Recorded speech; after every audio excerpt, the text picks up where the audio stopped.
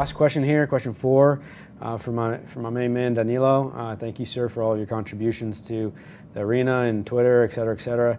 It's how to combine kind of signal strength with position size. And this one's a little bit harder to read, but so I'm going to read it out there because I think it's a really good commentary. There was a helpful discussion of volatility. He was referring to last week's episode of Beginner's Guide, but unfortunately no mention of risk ranges or signal strength. As an example, why it matters besides volatility, below is a daily chart of XLK and its falling volatility during this latest rally. The falling volatility would have your audience increasing their maximum short positions as price keeps going up, possibly into a trend change. If they follow the rules explained in the episode, this is the opposite of what I understand to be the standard Hedgeye process for when you have bad signal strength. Please consider clarifying this point, whether I'm right or wrong. Danilo, as one might expect, you are absolutely spot on. I was really using the example of really focusing purely on the volatility side of things to help explain just position sizing in general and how you can, how you should volatility adjust the sizing. Now, in terms of like proper execution, you're spot on in regards to combining both price, volume, and the volatility component, and in addition to the signal strength that you're seeing inside of XLK. XLK is a beautiful example because we both get that on the daily risk range product as well as inside of the ETF Pro product. So you get a weekly look into the trend ranges within ETF Pro, which is the longer duration, and then you also get the daily update on XLK. So what you could have been kind of seeing here, again, if I kind of go back to last week after he made that comment, XLK was putting in on the second, higher low, higher high, 128 to 140. On the third, which was last Friday, put in another higher low and a big higher high at 144, 129 to 144. So you're absolutely correct. That risk range kept moving higher. So going back to my trip example, this is a good example of where you would absolutely have you'd be seeing the higher highs being put in the higher lows. So you'd be kind of holding off on adding to that, increasing or adding to that position because it's really kind of moving against you, right? So that signal strength, even though bearish trend, is picking up intermediate term strength, and it's doing so on volume as well, right? So this volume here on an up move, you had one here, one here, one there, both on big kind of volume days, right? Last week. So again, this is volume, price up, volume up.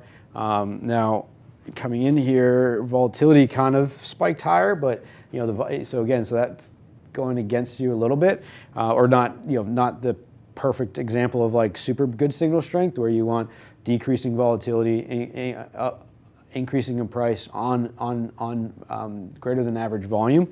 But again, if we go to that next slide, Marina, I just want to pull up. Yeah, perfect. So this is I just want to pull up like the current risk ranges and the trend range. Awesome. Sorry, yeah, you're right there. Awesome. Thank you very much. So again, here, this is just like a continuation of what Danilo kind of shared and screenshotted from last Friday.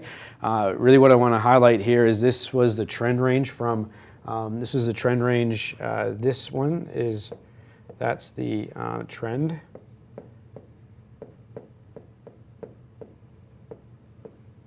Risk range, which you get from ETF Pro on a weekly basis.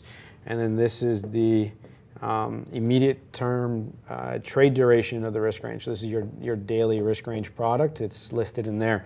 So that's it from today. So you can see, 144, that was the top end. What I said, that was the top end a week ago. This is the top end today. However, that's come down on a day-over-day basis from 145 yesterday. It was 131 to 145. Today is 132 to 144. So it's a higher low but a lower high.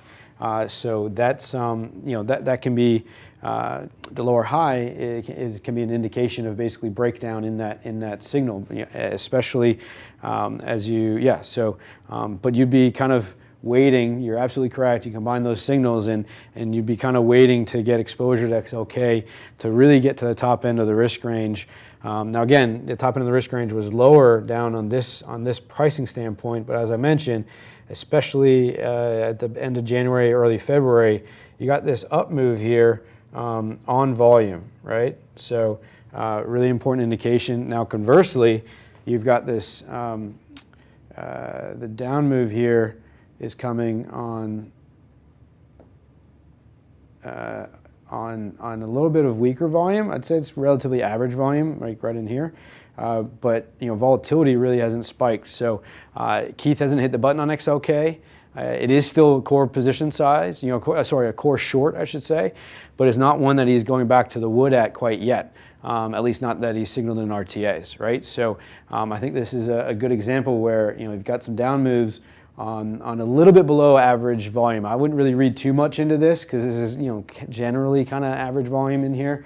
But again, it's come from the top end of the risk range, and one would say kind of relatively exhausted, right? In terms of or really the proper word would be overbought. So it's overbought, but really what you really kind of want to see here is down price on accelerating volume with increasing volatility. You see those three things, and then that's green lights.